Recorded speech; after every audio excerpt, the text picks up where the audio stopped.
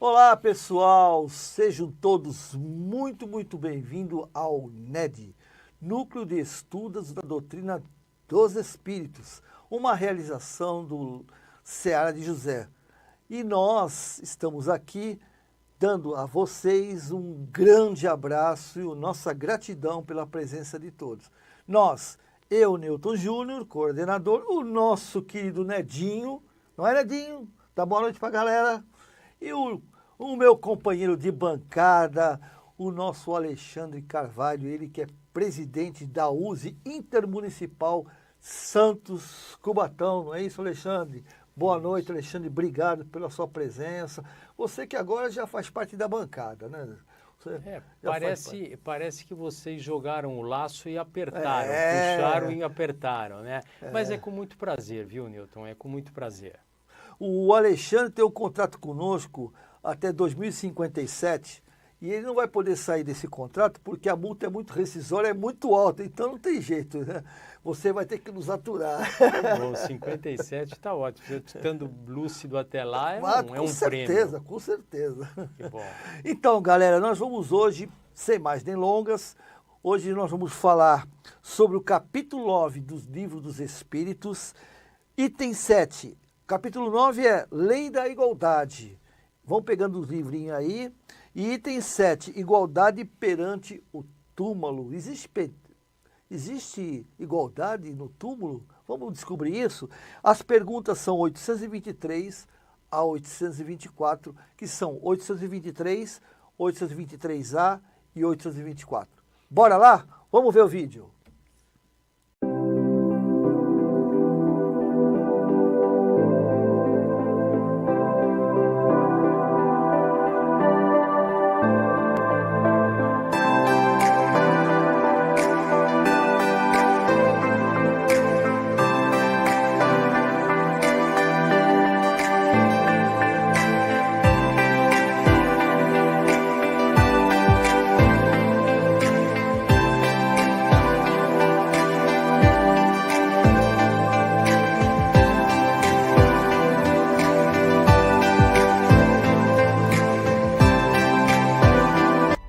Igualdade perante o túmulo. Perguntas 823 a 824. De onde vem o desejo do homem de perpetuar sua memória por meio de monumentos fúnebres? Derradeiro ato de orgulho. Na maioria das vezes, porém, a suntuosidade dos monumentos fúnebres não se deve mais aos parentes do defunto que desejam honrar sua memória do que ao próprio defunto? Orgulho dos parentes desejosos de se glorificarem a si mesmos. Oh, sim! Nem sempre é pelo morto que se fazem todas essas demonstrações, mas por amor próprio, por consideração ao mundo e para ostentação de riqueza.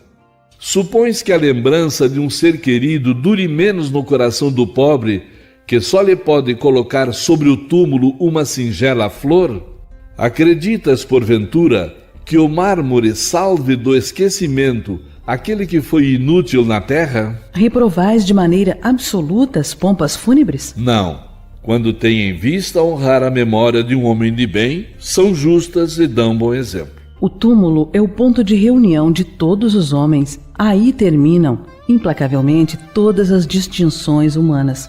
É em vão que o rico tenta perpetuar sua memória por meio de faustosos monumentos. O tempo os destruirá, como o seu próprio corpo. Assim o quer a natureza. A lembrança de suas boas e más ações será menos perecível do que o seu túmulo. A pompa dos funerais não o limpará de suas torpezas, nem o fará subir um único degrau na hierarquia espiritual.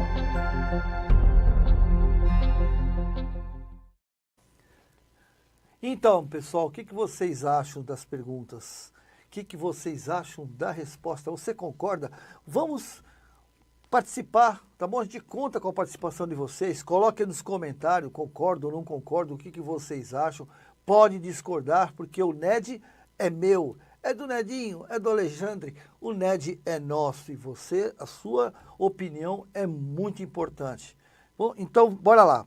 823. De onde vem o desejo de perpetuar a própria memória nos momentos fúnebres? Da onde vem essa nossa necessidade, a necessidade dos parentes, na realidade, né? Porque a pessoa querida já partiu.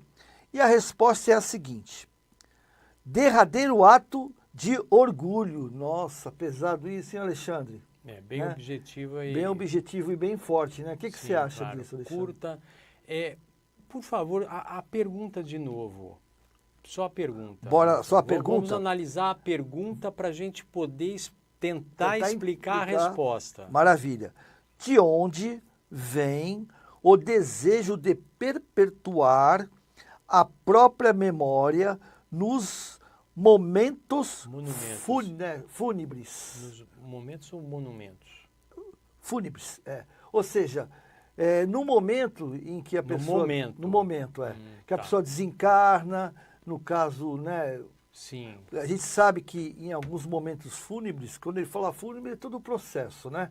Então, por exemplo, é no momento em que há o velório, Sim, né? claro. É o momento fúnebre, né? O período entre o velório, a ida até o túmulo, né? É um Claro, outro processo. A gente sabe que há celebridades que ficam, às vezes, semanas e até meses, que foi o caso da Rainha Elizabeth, né? Ficou um bom período, né? Como um velório, né? E depois tem os locais, né? Sim. Os locais, os túmulos, né? Nós não podemos nos divorciar de um fato. O Livro dos Espíritos foi editado em 1857. Mais de 100 anos. Mais de 100 anos. E em 1857, as cerimônias fúnebres eram completamente diferentes e mais suntuosas do que atualmente.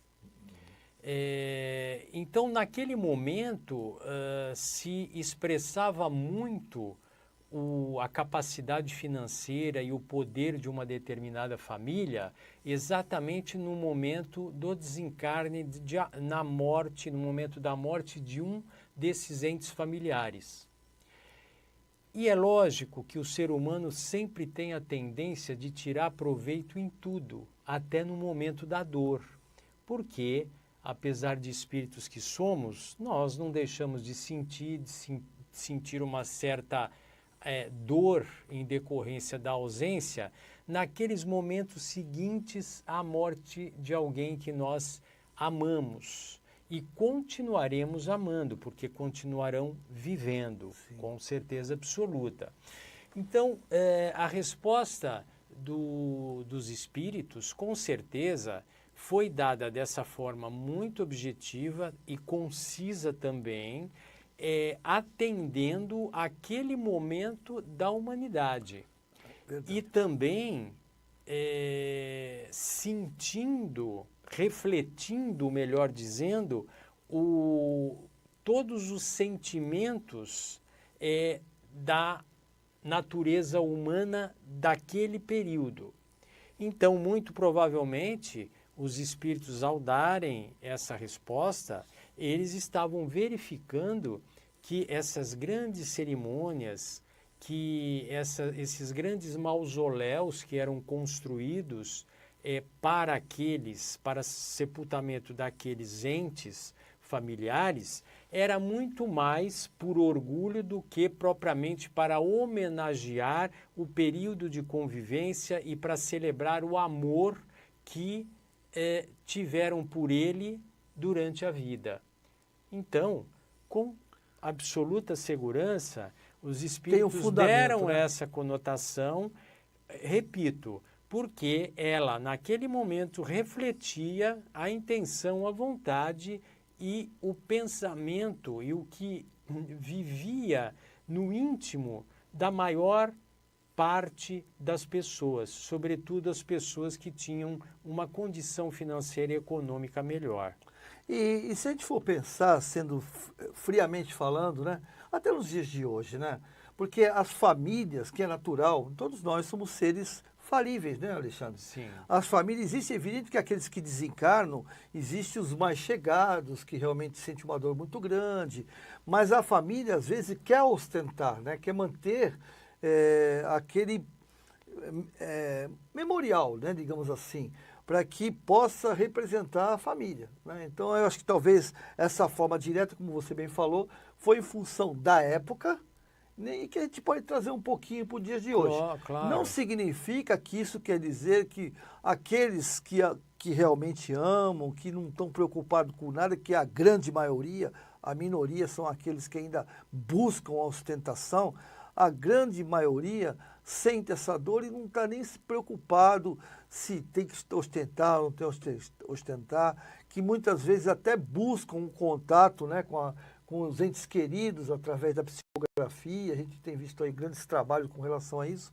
Então, mas nos dias de hoje ainda há aqueles que têm essa preocupação, né? Sim. Vamos à pergunta 823A. Mas a suntuosidade dos monumentos fúnebres não é, na maioria das vezes determinada pelo parentes que desejam honrar a memória do falecido, né? Sim, ok. No caso, seria esse, né? Aí eles respondem,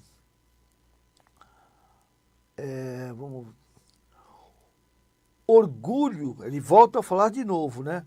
Orgulho dos parentes que querem honrar-se a si mesmos. Nem sempre é pelo morto que se fazem todas essas demonstrações, mas por amor próprio, por consideração ao mundo para exibi-lo, né? Então, isso quer dizer que todo esse processo, só que nós comentamos ainda há pouco, né? Acabamos, na realidade, nós nos antecipamos, né? a essa questão, né, Newton? Mas exatamente isso. Quando se ergue um monumento, e a gente não pode também deixar de fazer uma análise com relação ao capítulo. Qual é o capítulo que nós estamos? Olha só como tem uma relação muito grande. Igualdade no túmulo. No túmulo. Igualdade. O que ele quer dizer aí também, o espírito de verdade, ou os espíritos, né? Que nós sabemos que não é apenas um, são muitos. Eles querem dizer o seguinte, que a maior parte das pessoas não tem condições de erguer grandes monumentos aos seus entes queridos que partiram. E são sepultados em locais absolutamente simples, singelos.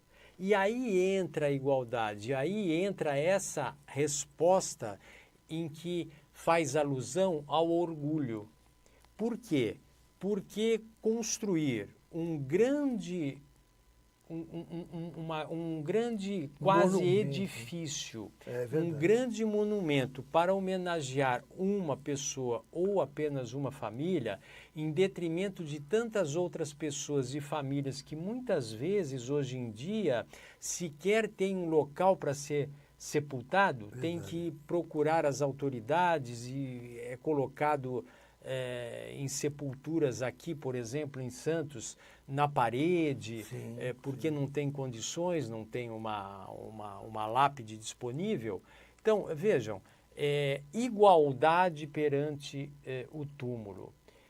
Igualdade perante o túmulo pressupõe condições iguais no momento derradeiro, no momento da verdade, que é o nosso confronto com a nossa verdade de vida, que é o momento do desencarne, que nós nos apresentaremos lá.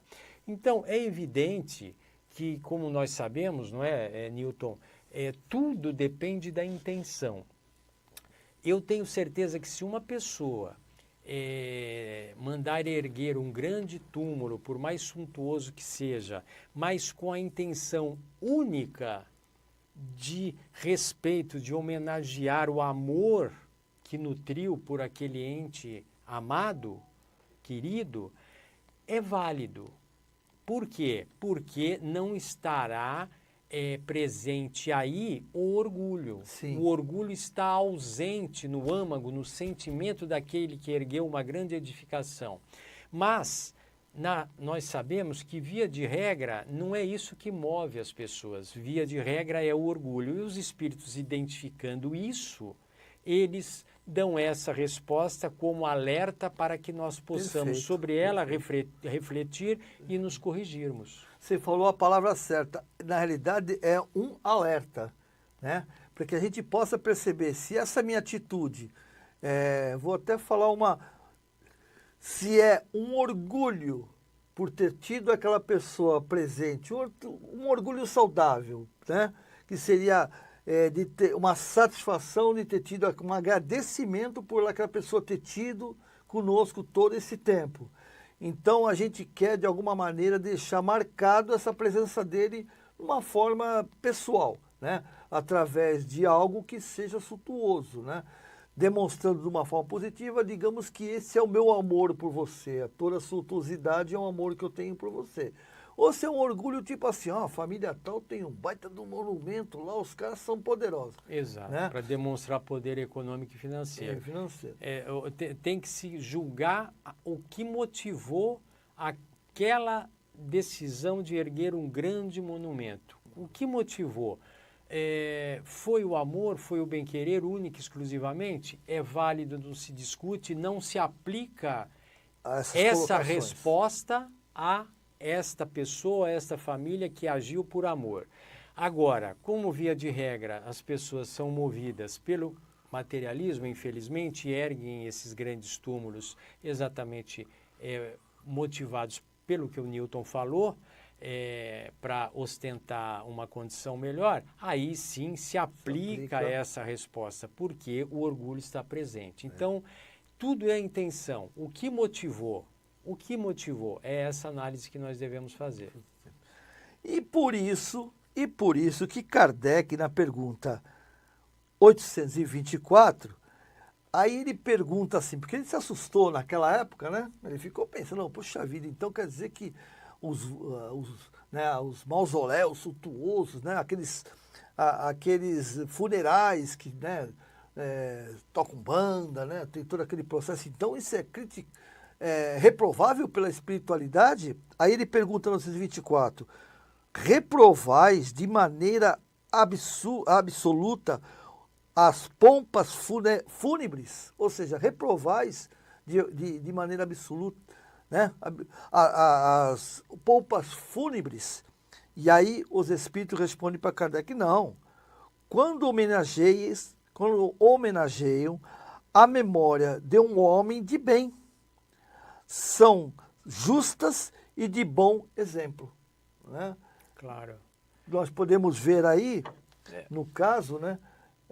Por exemplo, aqui em Santos, todos sabem, o Pelé, né? Vamos falar de uma celebridade santista que realmente ele passeou nos carros de bombeiro, né? Ele passeou por toda a cidade, né? Passeou não, ele foi homenageado por toda a cidade. Centenas de milhares de pessoas o seguiram, né? Ele ficou no Campo do Santos, acho que uns 2, 3 dias, se não me engano, né? Para que as pessoas pudessem homenageá-lo. Sim, claro. Não é isso? E ele está no mausoléu da família, né? Da família Arantes. Então, isso representa o quê? O reconhecimento da grandeza que ele foi. Claro. Né? Não só com o clube que ele a vida toda passou, não só para a cidade, mas como todo mundo, que ele é reconhecido no mundo inteiro. E assim são as grandes autoridades. O rei do pop, Michael Jackson, né, também foi muito... Né, o próprio... Vamos falar uma personalidade, no nosso caso, importantíssima, que para mim foi um recodificador. Kardec foi um codificador e nós tivemos um recodificador, que foi o nosso querido Chico Xavier. Sim. Né? Chico Xavier, ele deu uma continuidade no trabalho de Kardec com mais de 600 livros. Né? E hoje ele tem um mausoléu. Né? Ele tem um local onde as pessoas visitam, né, Alexandre? Claro. E também essa resposta... que é legítimo a homenagem quando se trata de um homem de bem, uma pessoa de bem, né? Ela é muito significativa, porque aí tem no âmago dessa resposta um grande incentivo. A palavra é incentivo, porque quando se homenageia alguém de bem, quando ele desencarna, quando ele morre, nós estamos estimulando todas as pessoas que, de alguma forma, tiveram acesso a essa homenagem realizada, nós estamos estimulando elas a praticarem o bem também, porque só é homenageado quem andou corretamente, quem fez o bem. Perfeito. E quando você desencarna, você sendo homenageado, aquelas pessoas que lhe admiravam vão procurar ter você como exemplo, vão seguir o seu exemplo, a fim de que também possam ser reconhecidas através da homenagem quando vierem a desencarnar.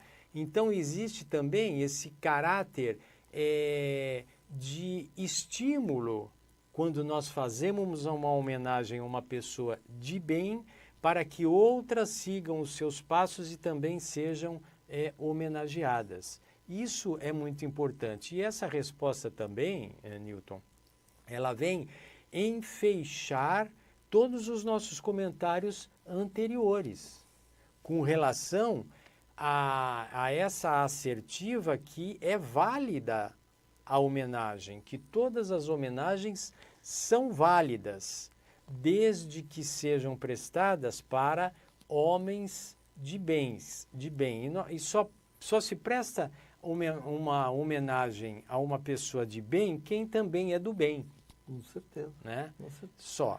Então, o Livro dos Espíritos sempre é muito redondo em termos de lógica, né? Ele não tem nenhum descompasso em momento algum.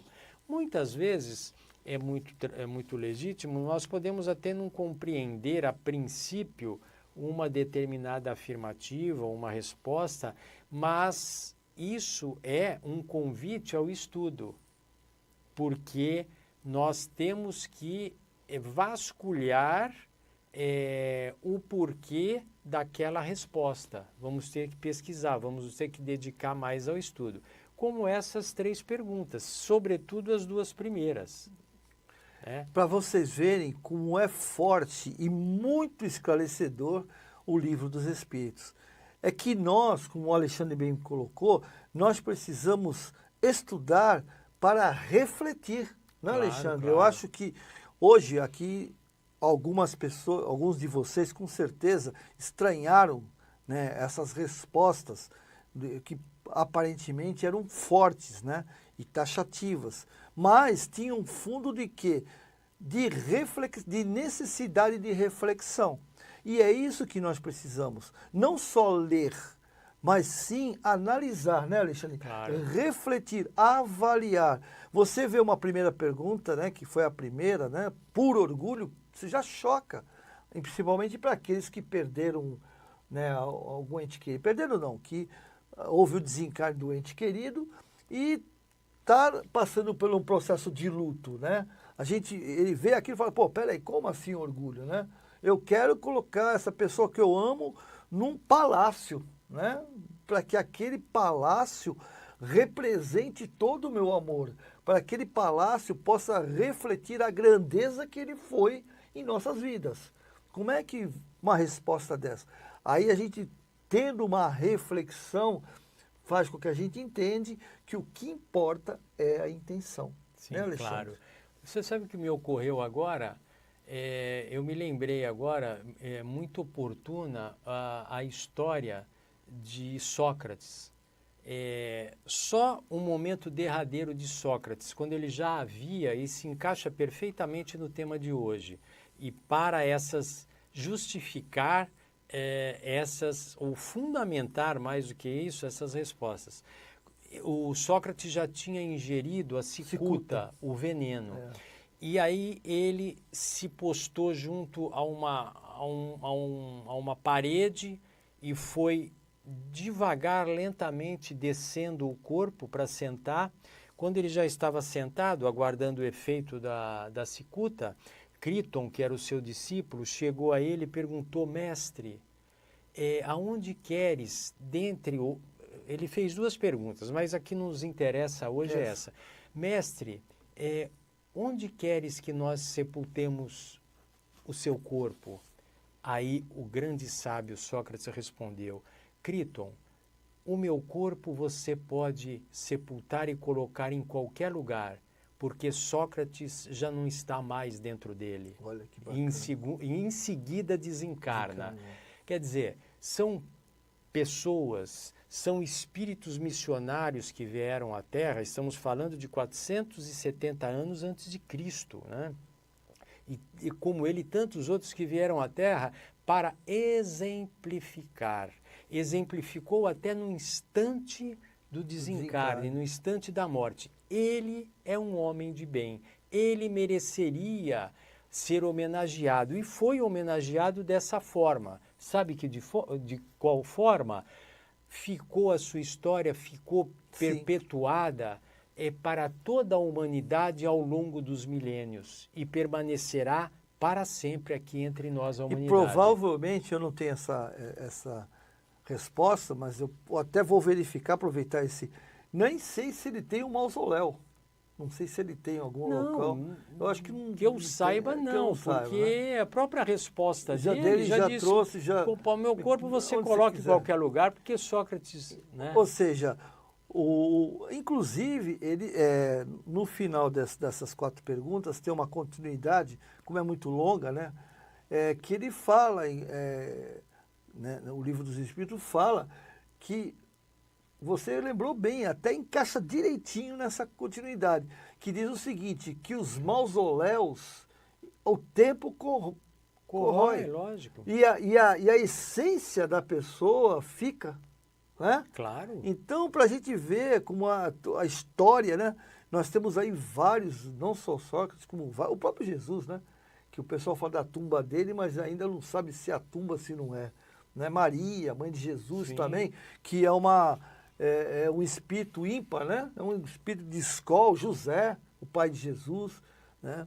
Não tem um local, mas a história perpetuou. Claro, não é verdade? É isso. Nesse sentido, talvez só para arrematar, por conta do horário, o próprio exemplo que você deu, Jesus, à época de Jesus, vários monumentos que eram objeto de adoração, né? Da humanidade, ruíram, que o tempo devorou eles. Né? Eles ruíram com o tempo. No entanto, o Newton, a manjedoura onde nasceu Jesus continua intacta nas nossas lembranças. Sim, verdade. Na nossa memória ancestral, na nossa memória hereditária. Essa o tempo não apagou. Exatamente. E nem vai apagar. Você gostou? Faça seu comentário, diga o que você achou, comente. Né? E se você gostou, se inscreva em nosso canal, dê o like, adicione o sininho para continuar acompanhando o NED. E nós estaremos aqui com vocês todas as quintas-feiras, às 20 horas. Eu, Newton Júnior, o meu querido Nedinho e o nosso colega de bancada, o presidente da USE Intermunicipal de Santos, o Alexandre Carvalho. Alexandre, suas considerações finais. Obrigado pela sua presença, como sempre, meu amigo. E é uma alegria muito grande tê-lo conosco, sempre nos ajudando com esses esclarecimentos tão importantes. Eu que agradeço a oportunidade de poder falar sobre a doutrina espírita e a você e a todos aí que nos assistem. Um grande abraço a todos, um beijo fraternal. Fique com Deus, gente. Até a próxima. O NED é uma realização do Lar Espiritual Seara de José e conta com o apoio da Farmácia Ativa, Alcance Apps, Programação e Vendas, Tâmega Turismo e Seguros, Panificadora Pinheiro Machado, Íntegra Empreendimentos Imobiliários, Securserve, corretora de seguros. Acesse o nosso conteúdo no Facebook, siga-nos no nosso Instagram e inscreva-se no nosso canal no YouTube. Não se esqueça de ativar as notificações clicando no sininho. Acesse o site searajosé.org.br. Conheça a nossa história e fique atento aos nossos eventos. Fale com a gente através do WhatsApp 13991536974. O NED, Núcleo de Estudos da Doutrina Espírita, é uma produção da JM Vídeos.